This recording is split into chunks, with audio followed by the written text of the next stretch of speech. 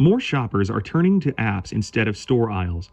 Online retail sales now account for a significant and growing share of overall retail spending nationwide, a trend that accelerated during the pandemic and continues today. In Alabama, many of those online purchases fall under the Simplified Sellers Use Tax, or the SSUT, an 8% flat tax collected by eligible online retailers and distributed statewide.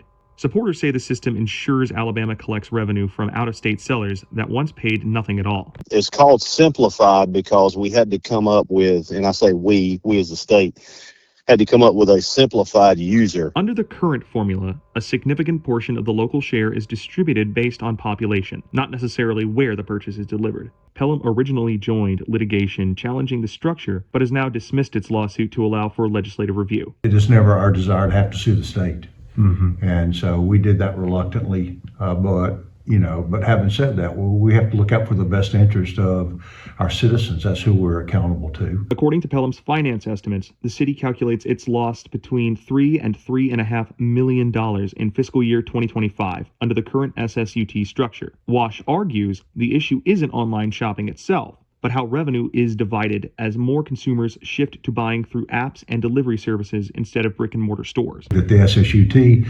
is calculated on population. Now, if I were to walk into this Walmart and pay at the register, the local sales tax rate would apply.